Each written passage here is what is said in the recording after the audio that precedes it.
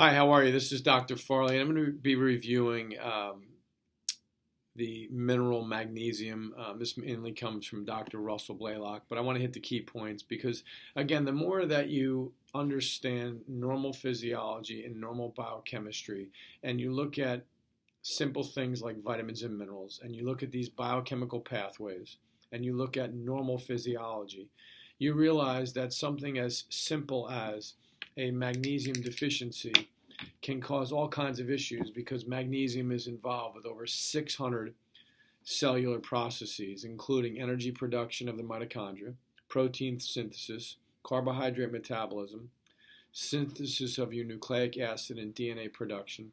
And it's also critical for maintaining DNA stability.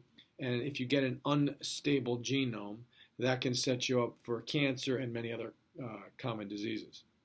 So the other thing that you want to know too is that only 1% of the body's magnesium is in the serum, in the blood, and that means that 99% is inside of the cell.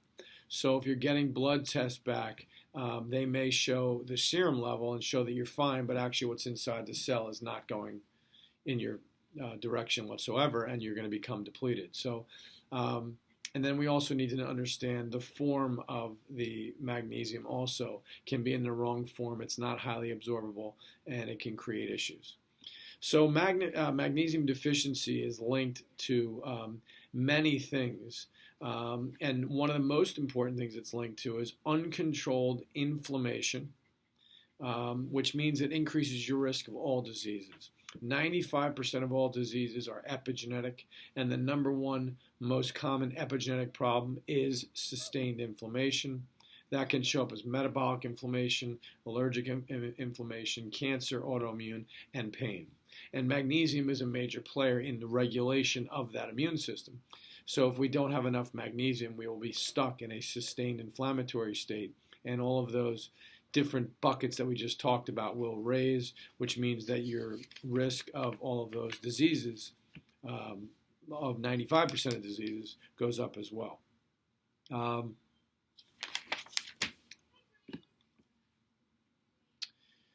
Another thing also about sustained inflammation. Sustained inflammation, aka, means also oxidative damage. As your own immune system is doing its work, it kicks off these oxidants, and there's oxidants produced from normal metabolic pathways.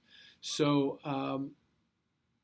90% of the free radicals, oxidants that are produced, is part of normal processes, and the number one producer is the mitochondria, because the mitochondria is the organelle that's involved with the ability of the cell to create energy. And magnesium is a major player in that mitochondria and the ability of the cell to make energy.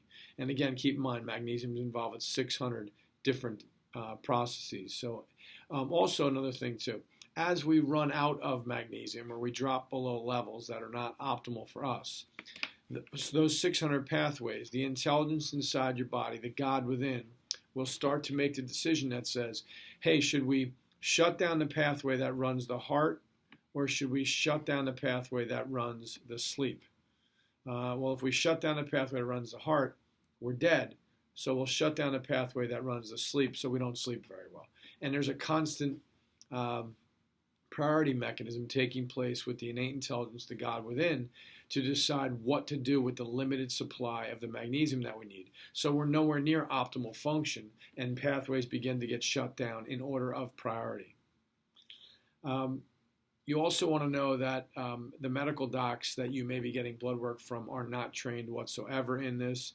If they get a simple micronutrient, again, if they got the serum testing, it would be abnormal. And then they don't understand the 600 different pathways. It's not their focus. They have no training. They have no advanced training. They do no blood work that we're talking about. So that's the wrong person to ask about the status of magnesium. And oh, by the way, is the magnesium involved with many other things that may be happening with you?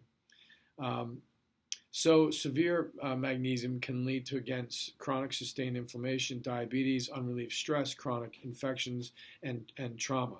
And magnesium, again, is one of the most important things to protect against uncontrolled inflammation. So it's a major player.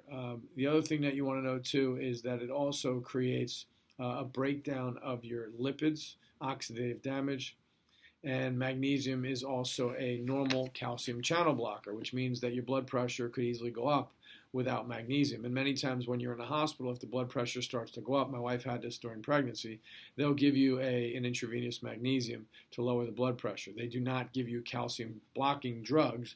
They give you the magnesium, which is a normal calcium channel blocker. It's also involved, again, with your immune system, your macrophage system, your antibody production system, your lymphocyte system. So it's majorly involved with your immune system. And what they find is that magnesium can be replenished over a time frame, and as it replenishes, many of these 600 different pathways can start to work. So if you're depleted and I was to give you magnesium, pathways start to work. Those pathways, as they start to work, may give you symptoms. But again, remember, symptoms mean one of two things. Changes are needed or changes are happening. So if we start to give you magnesium and a lot of changes start to happen, we may just have to back off and go slower. Doesn't mean it's wrong in any way, shape, or form because you get an increase in symptoms. Symptoms are not accurate. They again mean changes are happening or changes are needed.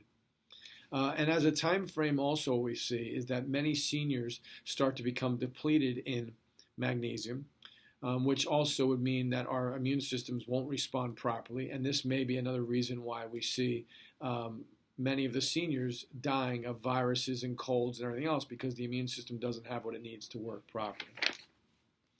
Magnesium is also involved with the vitamin D deficiency. And when you look at those two things, the vitamin D and the magnesium, they're major players in proper functioning of the immune system. And what we do know also is that as you get older, we know that many people are depleted in both magnesium and vitamin D, and over a time frame, you will not have proper function.